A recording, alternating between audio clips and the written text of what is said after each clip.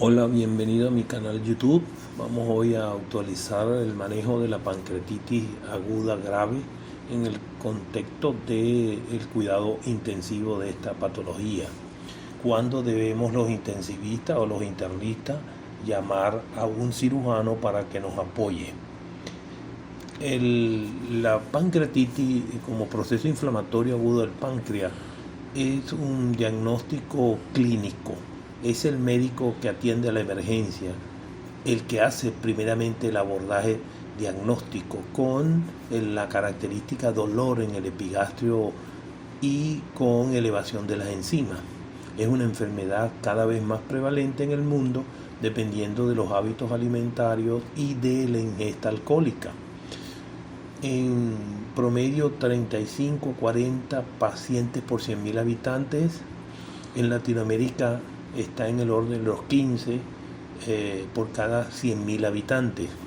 La mortalidad actual de la pancreatitis en su forma leve es de 1 a 2% si es intersticial, pero si se hace necrotizante, infectada o no, la mortalidad aumenta rápidamente entre 35 a 50% por la aparición de fallo multiorgánico en estos pacientes.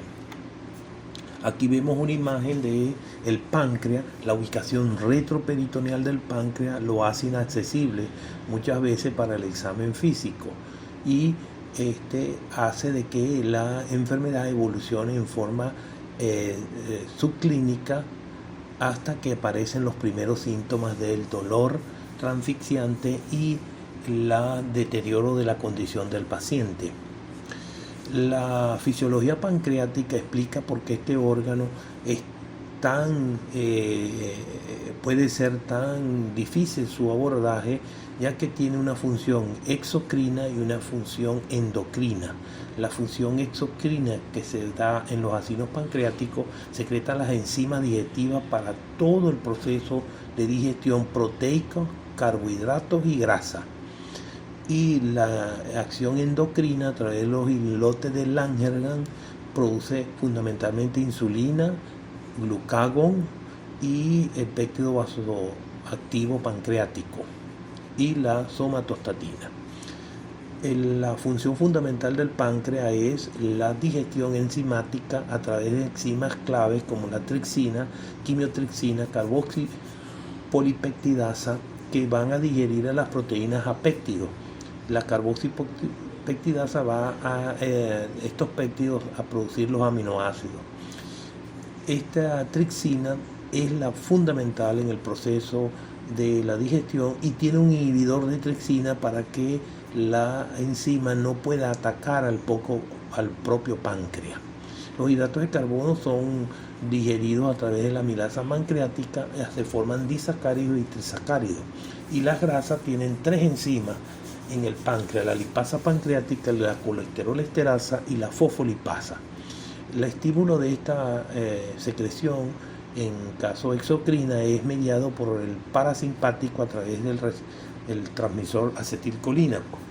La colicistoquinina es una hormona del duodeno que ante la llegada del quimo del estómago inmediatamente secreta colicistoquinina para que se produzca la secreción pancreática. Y la secretina es para es una hormona también para la secreción de líquido pancreático altamente alcalino que se produce en los canalículos del páncreas.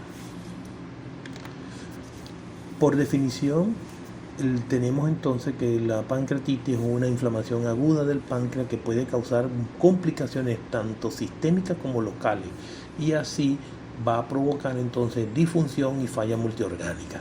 Afortunadamente para los médicos, el 80% de la pancreatitis es leve, no tiene connotación de riesgo para la vida del paciente y generalmente en una semana el paciente ya mejora y puede estar en su casa. Sin embargo, hay un 20% de las pancreatitis que se hacen de forma moderada a forma grave, y ese porcentaje es el que se hospitaliza y requiere el cuidado intensivo o requiere que los médicos a cargo del cuidado del paciente estén día a día pendientes de las posibles evoluciones que va a tener de falla de multiorgánica. En relación a la etiología, la más frecuente es la biliar, cálculos biliares en el conducto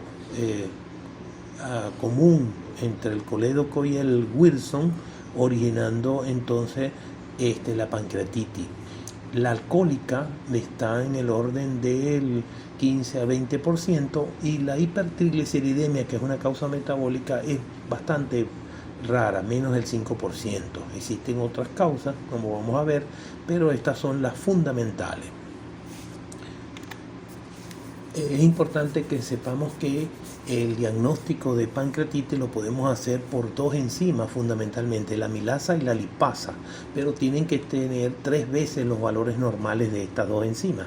La amilasa, aunque se produce después de la lipasa, esta amilasa tiene un problema de que a los 3-5 días ya no está elevada, y la lipasa es precoz, pero su pico es a las 24 horas, pero dura 7 días, hasta 14 días puede estar elevada la lipasa. Ambas enzimas tienen falsos positivos, como es, por ejemplo, la patología de glándula salivar, inflamación abdominal, hipertrigliceridemia, alcohol, etc.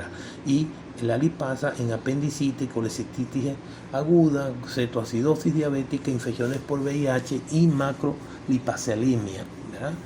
Estas son falsos positivos donde están altas las enzimas pero no tienen pancreatitis.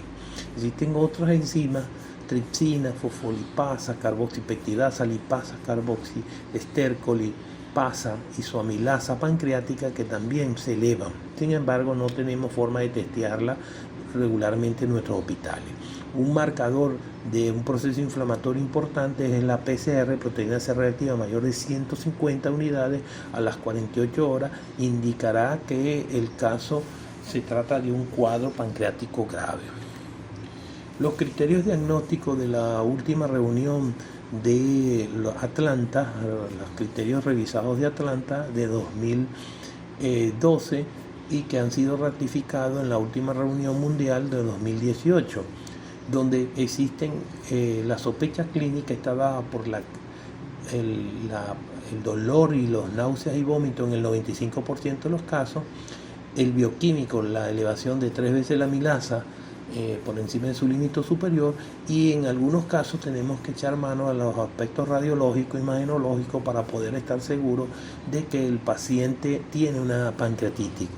Eso es necesario en el 64%, a través de la TAC y el eco abdominal compatible. Es importante que entonces esa misma reunión mundial del 2018, que salió publicada en el World Surgery Emergency Society del 2019, se quedó como consenso mundial que al ingreso se debe realizar una ecografía para determinar, tratando de ubicar la etiología, si es vesicular o biliar, no para demostrar la pancreatitis. Esa es una recomendación 1C. Cuando exista duda, la tomografía computarizada proporciona buena evidencia de la presencia o ausencia de pancreatitis, también recomendación 1C. Y todos los pacientes con pancreatitis aguda grave deben ser evaluados tomográficamente con contraste, esta tomografía o resonancia magnética. El momento óptimo para realizarla es después de las 72 horas a las 96 horas. No se hace los primeros 3 días, después del inicio de los síntomas. Una recomendación 1C. Y la colangiopancreatografía por resonancia magnética o ecografía endoscópica realizada por un gastroenterólogo endoscopista se considera cuando usted quiere descartar que si hay litos residuales en el conducto biliar y que en los estudios imagenológicos no son suficientemente sensibles, cálculos menor de 3 milímetros no son vistos por estos estudios. Por lo tanto, se echa mano a la ecografía endoscópica.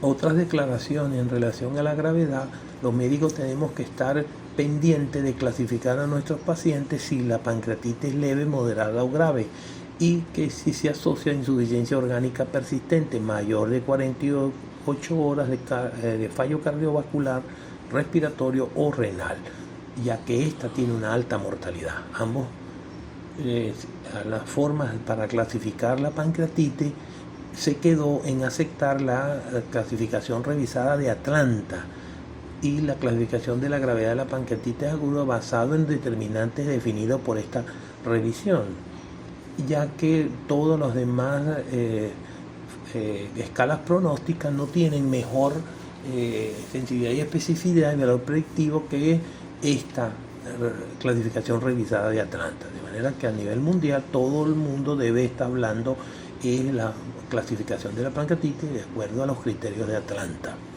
Los pacientes tienen insuficiencia orgánica persistente con necrosis infectada, tienen el mayor riesgo de muerte y por lo tanto hay que hacer el abordaje quirúrgico como se estableció en el estudio Panther de los holandeses sobre el step-up approach de quirúrgico de estos, que ya lo vamos a comentar, el abordaje por paso de menor a mayor. Los pacientes con insuficiencia orgánica deben ser ingresados en unidades de cuidado intensivo para que se haga el cuidado intensivo de estos pacientes, ya que en una evolución en 24 horas puede pasar una pancreatitis de leve a grave y que el sitio ideal para vigilar ese comportamiento es la unidad de cuidados intensivos. Entonces, por definición de Atlanta, tenemos que la pancreatitis puede ser aguda, leve, no hay falla orgánica, no hay complicaciones locales ni sistémicas. Pancreatitis aguda moderada a severa, hay falla orgánica que se resuelve a las 48 horas y complicaciones locales o sistémicas sin falla orgánica persistente. Y la grave se puede evaluar por la gravedad del paciente por un Apache mayor de 8 o signos de falla orgánica mayor de 48 horas a pesar de la administración adecuada de líquido. Este es el cuadro resumen de cómo debemos nosotros clasificar nuestra pancreatitis. La pancreatitis tiene dos fases, temprana en la primera semana y tardía después de la primera semana. La severidad entonces, insisto, puede ser leve, moderada y grave, dependiendo si hay presencia de fallo orgánico y si hay presencia de dura más de 48 horas ya es severa, si dura menos es moderada.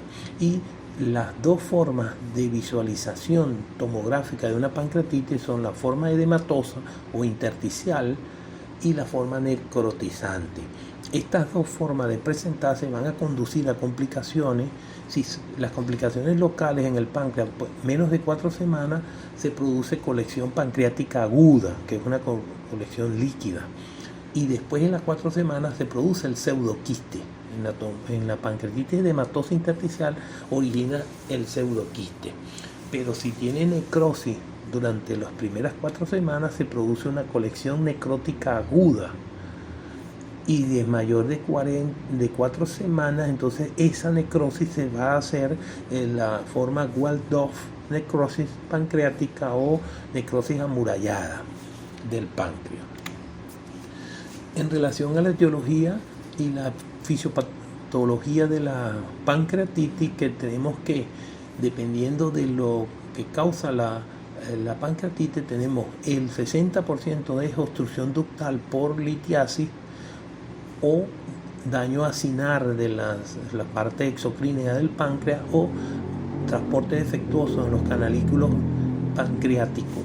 El alcohol está presente en las 3 formas de presentación de la pancreatitis, ya sea por obstrucción del conducto de Ode, por espasmo del conducto debido al alcohol, también por daño acinar, activación enzimática de los zimógenos pancreáticos inducido por el alcohol, y el alcohol también puede producir un trastorno en los conductos pancreáticos, haciendo que la secreción pancreática sea densa y se produce una obstrucción.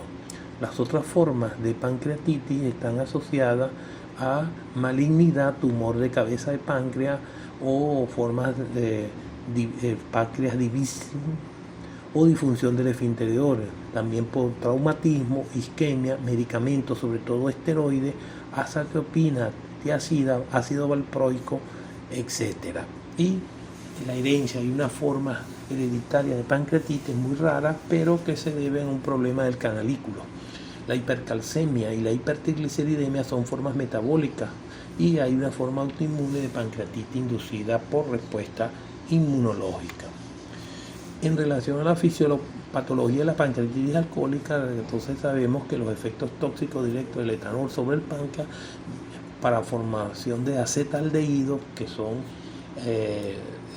ésteres de ácidos grasos con alta capacidad oxidante, y de formación de radicales libres que dañan el páncreas, desestabilizan el lisosoma y liberación de la catexina B, que es una enzima que tiene el lisosoma pancreático de la célula pancreática, que activa a la tripsina.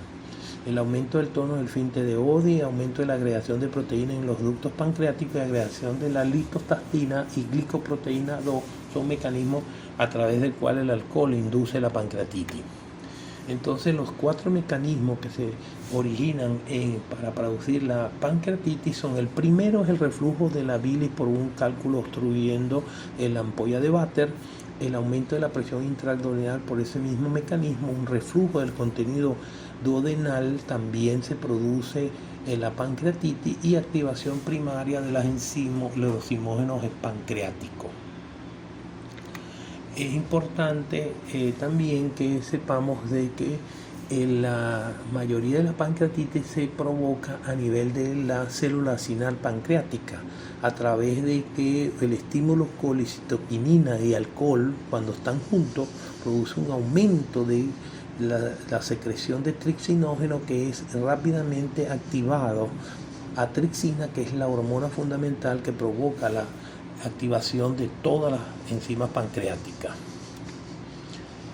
Las causas de la obstrucción, entonces, biliar, tumoral, etcétera, las lesiones acinales y los defectos del transporte de lo intracelular a nivel de las células son los que al final van a llevar a la lesión directa de las células pancreáticas, activación de estas enzimas con edema, inflamación intersticial, proteólisis inducida por trixinas y proteasas, esteatonecrosis por fosfolipasa y hemorragia por daño de los capilares a nivel del páncreas. Es importante entonces que sepamos de que la fisiopatología tiene un fenómeno intraparenquimatoso pancreático y de los sistemas extrapancreáticos, pero en todos está presente la activación intracinal proenzima de los enzimógenos digestivos a través de la enzima catepsina B, que es la que hace que el tripsinógeno se transforme en tripsina, con la presencia de altos niveles de calcio dentro de la célula acinal, lesión y autodigestión del páncreas, hay apoptosis, hay autofagia de esta célula y necrosis, que es lo que va a llevar a la catástrofe del órgano, activación intracinal de la proteasa quinasa C y factor nuclear kappa beta, que es el inflamosoma, va a liberar el inflamosoma a nivel del DNA de la célula y se produce una cascada inflamatoria de citoquinas que van a provocar finalmente el daño del páncreas y de todo el sistema. Reclutamiento inmediatamente y activación de células inflamatorias neutrófilos y macrófagos, que van a conducir una gran respuesta proinflamatoria, ya sea local o ya sea sistémica, con la falla multiorgánica. Aquí tenemos entonces los eventos que ocurren en el momento que se activan las enzimas, la tripsina, se empieza una cascada de autodigestión pancreática, la tripsina activa la fosfolipasa A2, la carboxipeptidasa, la quimiotripsina, la elastasa, ribonucleasa, etc. Todos van a través de la fosfolipasa a degradar el ácido araquirónico y producir toda la cascada inflamatoria, con inflamación, trastorno de permeabilidad, daño al glucocáliz de todos los vasos, y que va a producir una gran vasodilatación inducida por estos productos inflamatorios. La autodigestión pancreática estimula el plexo celíaco del recto peritoneo, lo que produce el dolor intenso y irradiado de espalda en cinturón, náusea y vómito. Además, las interleuquinas van a producir la fiebre los primeros días de la pancreatitis. Estas enzimas activadas pasan por la circulación, dañan a la unidad ventilo perfusional del pulmón y se produce la falla respiratoria aguda con hipoxemia. Con el secuestro de líquido originado por la inflamación sistémica se pierde la volemia, cae la tensión, cae la presión venosa central, aumenta la frecuencia taquicárdica, el paciente está frío, sudoroso. Esto conlleva todo a vasodilatación, hipotensión e hipoperfusión tisular. La fosfolipasa 2 tiene que ver con la transformación de la lecitina en lisocitina, que es la que daña la membrana del glóbulo rojo y produciendo hemólisis. Siguiendo por la caída del filtrado glomerular, eso va a dar la primera falla, que es la retención azoada.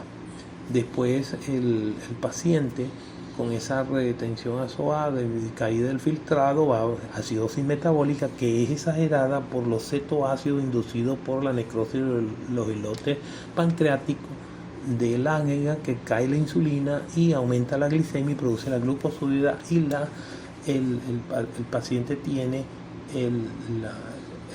la hiperglicemia importante.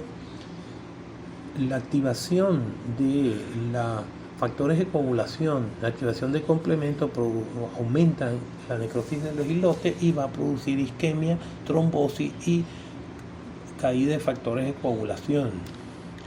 Con todo esto tenemos el cuadro total de la pancreatitis, la formación de la liberación de la lipasa y destrucción de los ácidos grasos, necrosis, produce liberación de triglicéridos y disminución de calcio magnesio, que es lo que va a producir la hiperreflexia con Chevreul-State-Rousseau de la pancreatitis.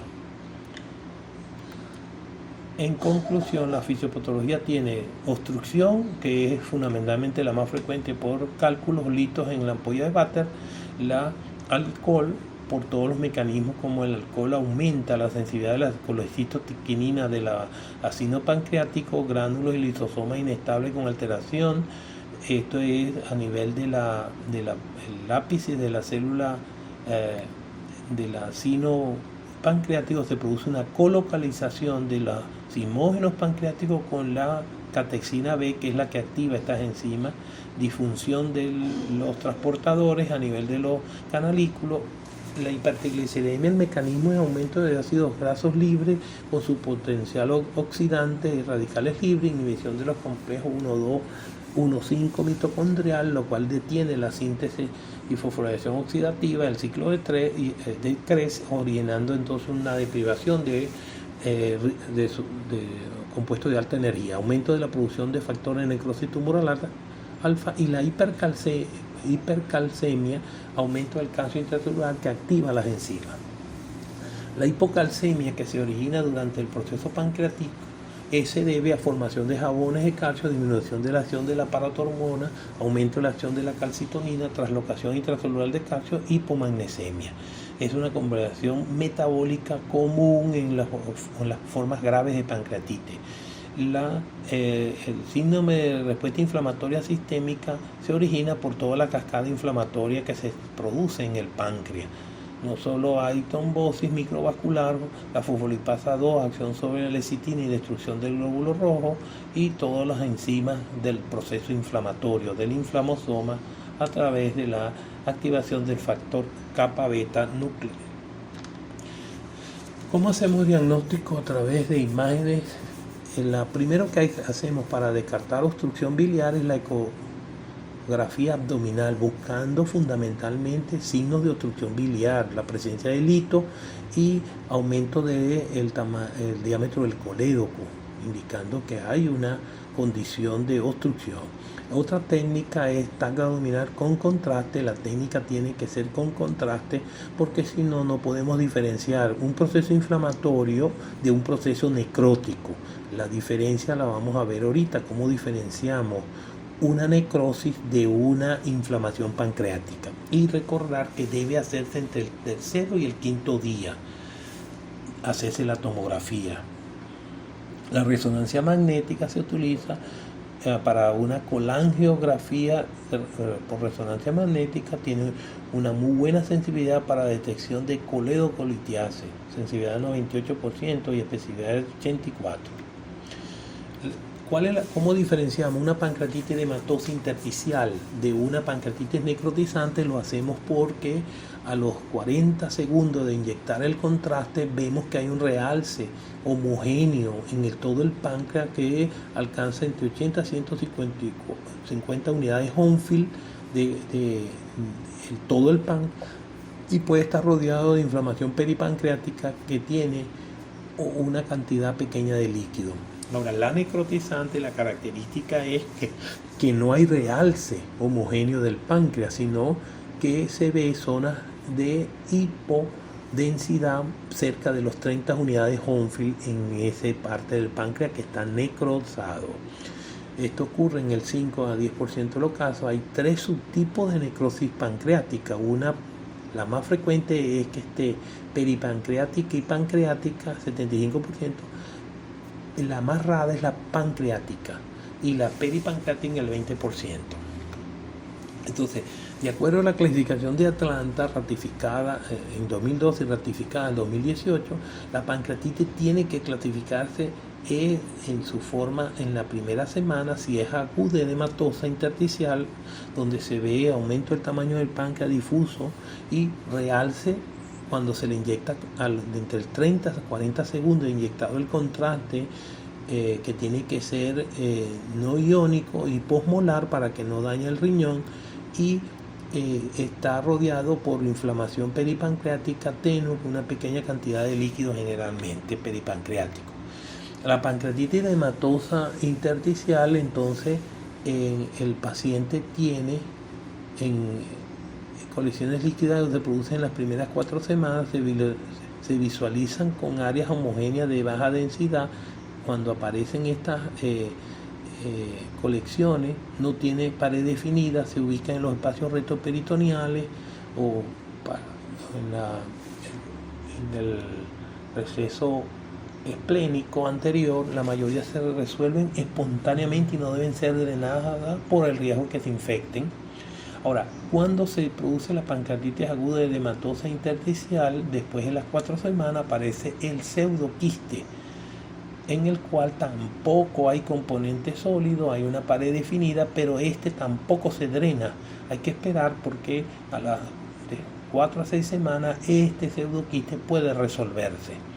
Se presentan síntomas de infección, fiebre, en este caso sí hay que drenar el pseudoquiste. Ya vamos a ver cómo se hace. Ahora, ¿cuándo es necrotizante la pancreatitis? Esto ocurre en el 5 a 10% de todos los casos de pancreatitis. Hay 3 subtipos, como lo dijimos: pancreática, que es más rara, peripancreática 20, y la más frecuente es que se necrose páncreas y peripáncreas. Se diferencia por la falta de realce por debajo de los 30 unidades Hounsfield.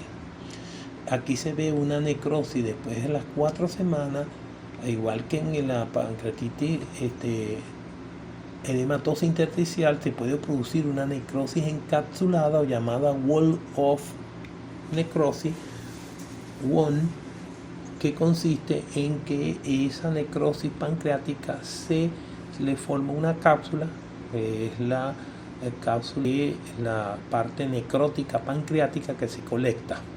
Ahí hay residuos sólidos dentro de la colección, es heterogénea. Y este es el resumen. Entonces, las complicaciones, de acuerdo a la clasificación de Atlanta revisada, son sin necrosis, la colección es peripancreática, que eso ocurre en el 52% antes de las 4 semanas, y la pseudoquiste después de las 4 semanas. Generalmente el pseudoquiste se debe a una disrupción del conducto de Wilson que llena esa colección. Es líquido de secreción pancreática, es homogéneo, no tiene formaciones sólidas dentro del pseudoquiste. En la paciente con pancreatitis necrotizante puede aparecer de 5 a 10% áreas de necrosis en el páncreas, y después de las 4 semanas, eso ocurre en el 45% de los casos, va a aparecer necrosis encapsulada o amurallada o WON. ¿Cuáles son las complicaciones sistémicas de la pancreatitis? Lo más frecuente es que hay una inestabilidad hemodinámica, hipotensión, el paciente puede hacer fallo cardiovascular que requiere vasopresores, o puede hacer fallas de órganos como respiratorio, puede producir un SDRA, una falla renal, puede fallar el hígado, falla hepática, falla hemática, y puede producir una hemorragia digestiva y manifestaciones del sistema nervioso central, como el paciente deteriora la conciencia y entra en coma. Y la otra manifestación es la hiperglucemia, originado por la ausencia de secreción de insulina, por el daño a la islote de Langerhans, células beta pancreáticas. Esa insuficiencia pancreática exocrina ocurre en el 60%, la endocrina ocurre en el 30%. Las complicaciones sistémicas se definen como también un paciente que tiene una comorbilidad y se descompensa, ya sea una cardiopatía, una EBOT, un paciente que tiene patología previa, que con la pancreatitis se produce la falla de esos órganos. 25-40% de los pacientes quedan con insuficiencia pancreática exocrina, es decir, hacen un cuadro de insuficiencia pancreática que requiere seguimiento y tratamiento. Un tercio de los pacientes presentan diabetes en los siguientes 5 años. O sea, 30% de los pacientes que hacen pancreatitis desarrollan una diabetes secundaria. Otras complicaciones precoces que se pueden ver en la pancreatitis es la vascular, hipertensión portal por necrosis, por obstrucción portal, por la inflamación, trombosis de venosas arteriales también, y pseudoneurisma por lesión de vasos arteriales y venosos dentro de la parte del tronco celíaco. Perforación, se puede perforar una víscera y una fístula intestinal, comunicación de la colección pancreática con duodeno, con estómago, con colon. Y orgánica, el paciente puede entrar en shock, en SDRA, CID, insuficiencia renal, y una de las complicaciones graves es el síndrome compartimental intraabdominal, que requiere la participación del cirujano para resolver el síndrome compartimental. La evaluación y estratificación de riesgo es importante. Cuando tenemos una paciente con una pancreatitis, debemos hacer valoración de la hemodinámica y resucitación precoz con líquido. A estratificación de riesgo se recomienda el VISO score, que es a pie de cama, que uno lo puede hacer valorando también los signos de respuesta inflamatoria, o la clasificación de Atlanta para estratificación inicial, la que ya vimos. Apache 2, Ransom, Baltasar, todos esos no tienen mejor sensibilidad y especificidad que en la clasificación de Atlanta. Pacientes de alto riesgo deben ingresarse a UCI. Uno de los factores pronósticos de la pancreatitis que no va a ir bien es una proteína C reactiva elevadísima, 150 miligramos por decilitro o 180 miligramos por decilitro, indica que allá hay una necrosis en el páncreas. Al tercer día puede usar como factor pronóstico de pancreatitis aguda grave. Un hematocrito, una hemoconcentración, significa que el paciente tiene un factor de riesgo de que está presentando necrosis, y una retención de azoado también es un predictor de mortalidad. El Baltasar, que lo usamos en mucho, ya entró en desuso porque no tiene mejor factor pronóstico que la clasificación de Atlanta, pero era una forma de estadificar la gravedad de la pancreatitis, dándole puntos de severidad tomográfico. Para mayor de 7 era pancreatitis severa, grave. Sin embargo, posteriormente Baltasar hizo una nueva clasificación, índice de severidad tomográfica modificado, donde le agregó las complicaciones pancreáticas que incluyen derrame, ascites, afectación vascular o gastrointestinal. Sin embargo, sigue la clasificación de Atlanta siendo la que guía la forma de comunicarnos con la gravedad de la pancreatitis. El índice de Visot también, al lado de la cama, para evaluar la gravedad, tenía 5 puntos, que es un punto si tenía retención azoada, alteración del estado de conciencia, si tenía respuesta inflamatoria sistémica, edad mayor de 60 y derrame pleural. Eso se puede hacer al lado del paciente. Sin embargo, una de las formas donde más tiene capacidad para predecir la falla de estos tres órganos, que es los criterios modificados de Marshall, donde incluye el PAFI, el índice de Kirby, dividiendo la presión arterial de oxígeno entre la fracción y de oxígeno, y eso nos va dando la gravedad de afectación pulmonar. La falla renal la vamos a ver por la creatinina y la cardiovascular por la tensión sistólica. Si usamos líquido, o sea, la respuesta que tiene a ello, y la presencia de acidosis metabólica y el uso de vasopresores. De manera pues que la falla multiorgánica en la pancreatitis la evaluamos por el índice de Kirby y la frecuencia respiratoria, la renal por la creatinina y la diuresis horaria, la cardiovascular por la presión sistólica, la necesidad de vasopresor y la acidosis metabólica menor de 7,3. Y la hematológica por un aumento de la hemoglobina por hemoconcentración, significa que el paciente está deshidratado. Otra forma de evaluar la gravedad de una pancreatitis es la proteína C reactiva. Al tercer día se puede usar como factor pronóstico de que la pancreatitis es grave. Recomendación 2A. Hematocrito mayor de 44 representa un factor de riesgo de necrosis, significa que el paciente está muy deshidratado y se va a ver trombosis. La urea representa como predictor de mortalidad, es una recomendación 2B. La procalcitonina perdió utilidad porque se observa de que inicialmente pensábamos que la procalcitonina alta indicaba una infección en la necrosis pancreática. Posteriormente se detectó que el mismo proceso inflamatorio sistémico puede dar procalcitonina alta, no necesariamente con infección agregada. Ausencia de cálculos biliares, antecedentes significativos de consumo de alcohol, deben medir los triglicéridos y calcio como causa de pancreatitis metabólica. ¿Cuáles son los criterios de ingreso a UCI? Toda pancreatitis aguda grave debe ingresar a UCI, generalmente Apache es mayor de 8, proteína C reactiva mayor de 150, con falla orgánico más de 48 horas y necesidad de reanimación de líquido y vasopresores. Los cambios de la pancreatitis aguda para el 2022 se mantiene la decisión de que la pancreatitis aguda es una patología médica. El clínico es el que debe de evaluar y estar pendiente con el equipo médico multidisciplinar, como es el gastroenterólogo, el radiólogo intervencionista, el internista, el intensivista, el emergenciólogo, pueden estar al cuidado de estos pacientes. El cirujano lo vamos a llamar cuando aparezcan algunas de las complicaciones que vamos a ver. Se debe evitar de que el cirujano opere a estos pacientes. Debe ser tratamiento médico, hacer énfasis en la clasificación de Atlanta 2012 o la clasificación revisada de Atlanta. Elimina el énfasis en aplicarles escalas de Ransom, Baltasar, Apache, etcétera, Bisot.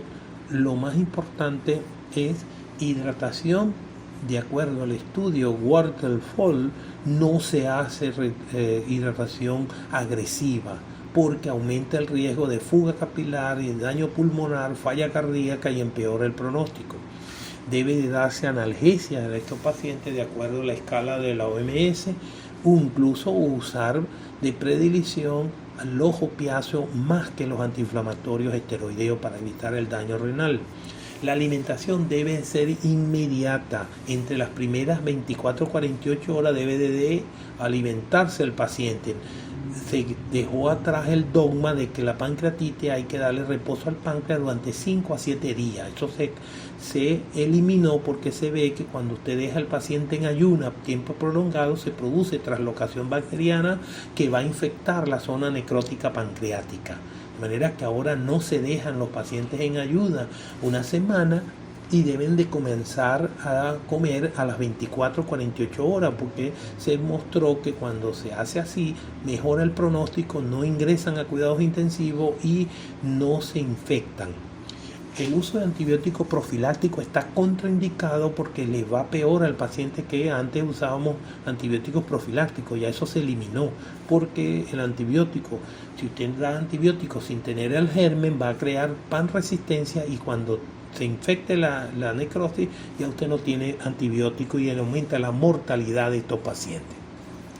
Y se hace énfasis en la cirugía, es el último escalón. Siempre retrasar la cirugía. Ese lo dio el estudio holandés de Panter, donde demostró que el abordaje quirúrgico de una pancreatitis es el último escalón y debe hacerse de menor a mayor, según el protocolo Step Up Approach. La aproximación quirúrgica debe ser de menor a mayor. En conclusión, la hidratación de una pancreatitis, el tratamiento es hidratación. ¿Y qué solución? Ringer lactato. El Ringer lactato sustituyó a la fisiológica, porque la fisiológica con la carga de sodio elevada da una acidosis hiperclorémica. Sobre todo cuando usamos más de 4 litros de solución fisiológica, vamos a ocasionar una acidosis hiperclorémica en este paciente que va a empeorar la situación. Debemos de comenzar con 10 cc por kilo de peso de expansión salina con solución Ringer y 1 a 3 cc por kilo por hora, hasta que alcancemos máximo los 4 litros en ese día.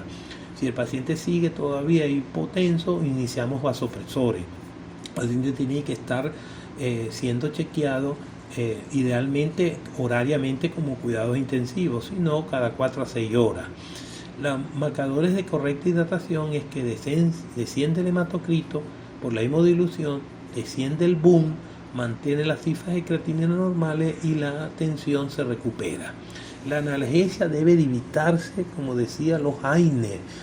Hay que usar los opiáceos para el dolor, que es un dolor 8 o 10 en la escala de analógica de dolor, y debe de quitarse el dogma de que los opiáceos producen espasmo del esfínter de Oddi. Eso no se demostró, no hay ninguna evidencia que lo haga. La analgesia epidural es una alternativa usando bupivacaína con una analgesia epidural. También ayuda a controlar el dolor. La hidratación, entonces, haciendo énfasis, mejora la mortalidad en los pacientes de 5 a 10 cc por kilo dosis de expansión salina, y vamos a cambiar nuestro uso de fisiológica por lactato. Considerar morbilidades cardiovasculares, pulmonares para el líquido, pacientes deshidratados, bolos de 10 cc y continuar con 2 a 3 cc por kilo.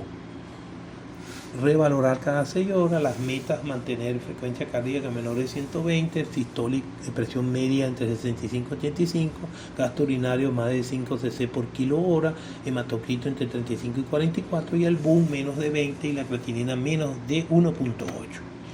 Y entonces Ringer lactato es la solución. No hay sino hacerlo por meta, analgesia de acuerdo a la escala de OMS, y la alimentación enteral en las primeras 24 a 72 horas deben de iniciarse. Pacientes que le inician comida después de 3 días empeoran, se produce infección de la zona del páncreas, sepsis, hemorragia digestiva, etc. Meta de terapia de líquido, entonces, puntual: bajarle la frecuencia a 120, presión arterial media entre 65 y 85 y un gasto urinario de 0,5 a 1 cc por kilo hora. La analgesia, entonces, es importante porque ayuda a que la respuesta al dolor, descarga fisiológica, adrenalina, cortisol en estos pacientes con mucho dolor, y evita entonces que se atelectasie, porque el paciente tiene tanto dolor que respira en forma superficial y se atelectasian los pulmones, disminuye los mecanismos inmunológicos de inflamación. Los antiinflamatorios no esteroideos hay que tenerles cuidado, cambiar a opiáceos. El apoyo nutricional, la vía oral es que debe iniciarse cuando ya el dolor ceda y sin sea mínimo o inexistente y que no existan datos de hilio. 24 a 48 horas deben estar comiendo el paciente. Al principio blanda y después se le da una dieta de protección gastro sin grasa ni el paciente debe comer bajo de grasa. Se ha estudiado la seguridad comparada con la dieta de líquidos claros tradicional. Nutrición enteral es la ideal, se trata del tratamiento primario, disminuye infecciones, falla multiorgánica, necesidad de intervención quirúrgica y mortalidad. Si no tiene tolerancia, se le puede colocar una sonda Dohoff nasogástrico nasoyeyunal que tiene una buena tolerancia para la alimentación enteral. Iniciar dieta entonces dentro de lo más temprano posible, leve a las 24 horas, severa o grave hay que esperar por lo menos 48 a 72 horas que pase un poco la condición y se puede iniciar dieta sólida o blanda baja en grasa, no tiene que ser agua, líquidos claros, no, ya usted puede iniciar blanda. Después de 3 a 5 días no tolera la vía oral, se hace nutrición enteral, ya sea nasogástrica, nasoyeyunal, a 25 cc hora, con alto contenido proteico, baja en grasa y puede ser semi-alimentar para que no requiera tantas enzimas para la digestión. Evitar la vía parenteral en lo posible porque se sabe que hay mayor translocación bacteriana, se infectan más cuando se usa nutrición parenteral, además de todos los trastornos metabólicos que genera el Fluidamine, la nutrición parenteral total, con todas las consecuencias que trae en un paciente que está ya grave. Debe de aportar 25 a 35 kilocalorías por kilo peso ideal al día, proteínas entre 1.2 y 1.5 gramos por kilo de peso día, carbohidratos entre 3 a 6 gramos kilo día y lípidos 3 a 6 gramos por kilo peso ideal por día. Esos son el apoyo nutricional que debe recibir el paciente. ¿Cuándo vamos a llamar al cirujano? En pancreatitis aguda leve con litiasis vesicular se debe realizar colecistectomía antes de egresar el paciente de esa hospitalización, porque se ha visto que si usted lo egresa dejándole los cálculos en la vesícula, van a regresar un 30% con otra pancreatitis o una colecistitis aguda. Ahora, cuando la pancreatitis aguda biliar es necrotizante, ahí debemos demorar la resolución de la colecistectomía por lo menos 4 a 6 semanas hasta que mejore el páncreas. La prioridad aquí es mejoría de páncreas. En los pacientes estables con necrosis infectada que necesitan drenaje, debería realizarse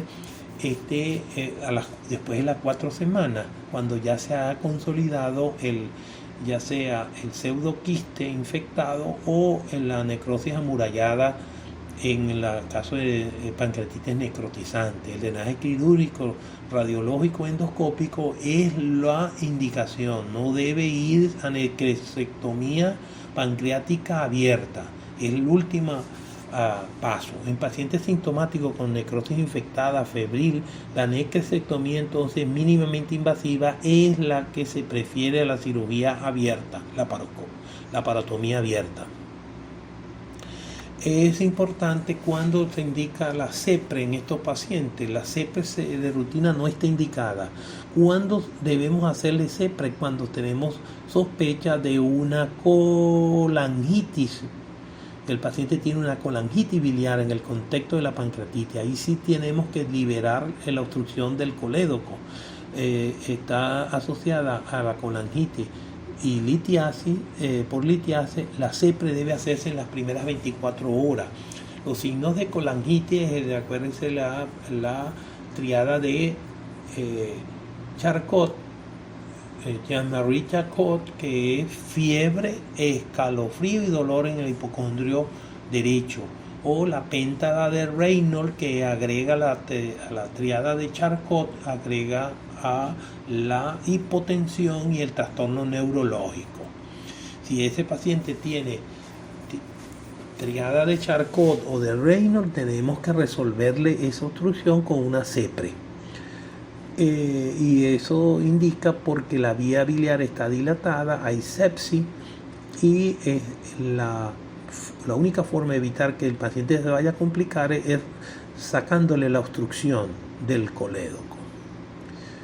La prevención de pancreatitis post-CEPRE, algunos recomiendan, hay un porcentaje, 1 a 5% de pacientes que se la hace CEPRE y hacen pancreatitis post-CEPRE. En ese caso se ha usado diclofenac o supositorios de indometacina para evitar el desarrollo de la pancreatitis post-CEPRE. Y se debe colocar un stent en el ducto para evitar que la edema mantenga la obstrucción biliar.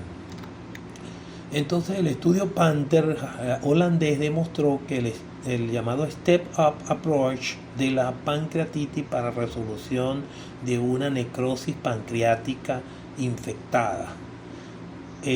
Ya se sabe que este Step Approach reduce la tasa de complicaciones mayores inmediatas, así como la de largo plazo, reduce la morbimortalidad en un 69 a un 50%, reduce el costo sanitario y pospone y evita la cirugía. Lo primero que se hace es un drenaje percutáneo guiado por TAC o por ecografía.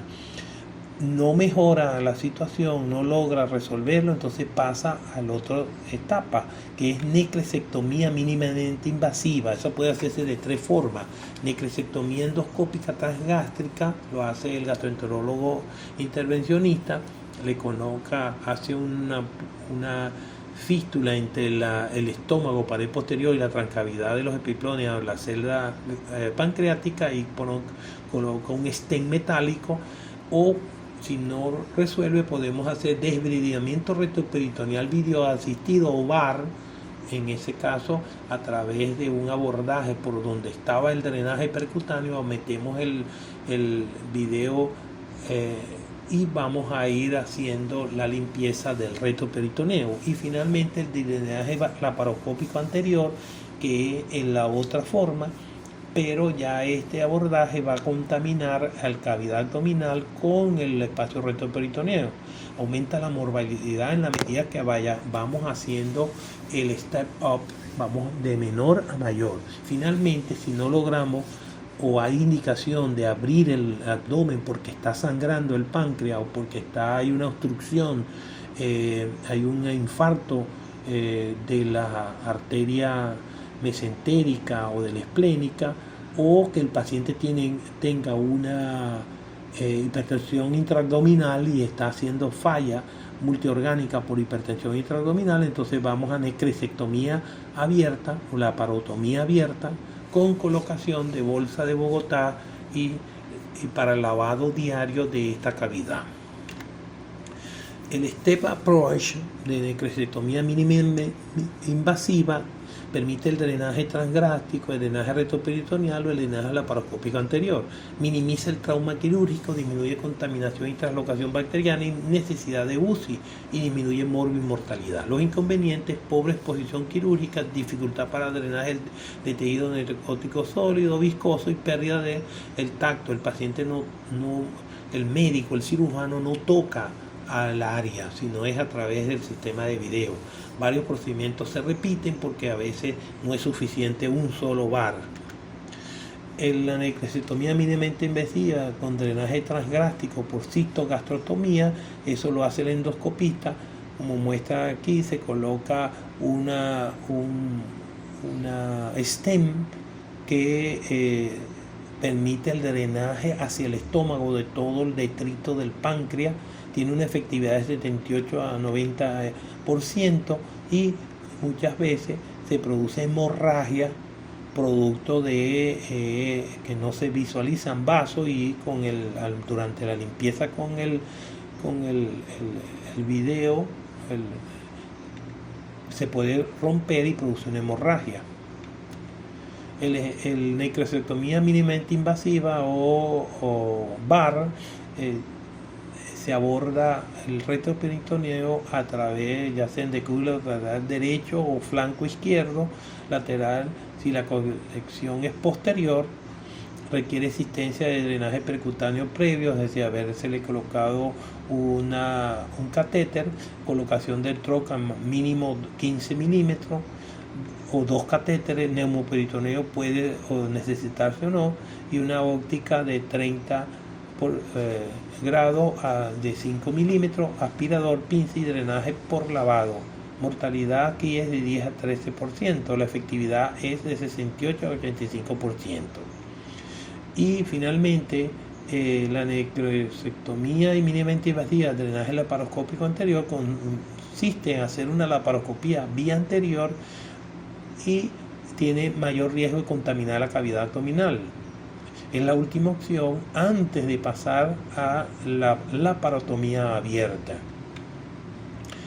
Y finalmente, la necrosectomía abierta es la pancreatitis grave, el último escalón, y se debe a que ya las colecciones no han podido ser liberadas por los métodos anteriores. Hay sangrado, generalmente por el área pancreática que compromete a varios vasos locales, o que haya fístula pancreática, fístula enteroatmosférica y lesión biliar.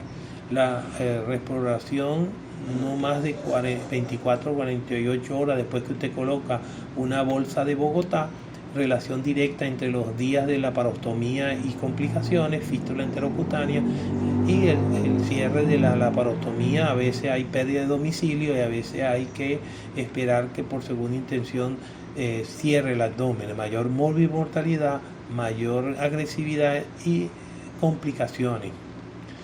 En conclusión, la necrosis pancreática en el 35% se puede infectar. Cuando se infecta es monobacteriana, Escherichia coli, pero puede ser polimicrobiana, los gram negativos con los anaerobios, Clostridium el bacteroides frágiles. Tratamiento conservador, primero es antibiótico empírico. ¿Qué le ponemos a estos pacientes que tienen necrosis infectada? El primero son los carbapenem, que son los que penetran bien a la celda pancreática. Si no, podemos usar quinolonas con metronidazol, o ceftazidime o cefepime con metronidazol. Si hay mejoría, se dejan 4 semanas de antibióticos, se va haciendo control tomográfico dependiendo de cómo va evolucionando. Si hay mejoría, si no hay mejoría, entonces pasamos a Step Up Approach. Y si el paciente está inestable, con hemorragia digestiva, hipertensión intraabdominal, tenemos que hacer necrosectomía y manejo abierto. El drenaje percutáneo es el primero en el Step Up Approach, después viene necrosectomía endoscópica, después necrosectomía transgástrica y después bar, y después vamos con necrosectomía o abdomen abierto, bolsa de Bogotá con lavado diario de la cavidad. Finalmente, debemos reconocer que las formas graves de pancreatitis tenemos que aprender a individualizar cada paciente y saber que si no podemos hacer el bien, por lo menos no hagamos daño. Ese es un pensamiento hipocrático. Debemos de prepararnos para enfrentar esta grave catástrofe que es la pancreatitis cuando evoluciona a sus formas graves.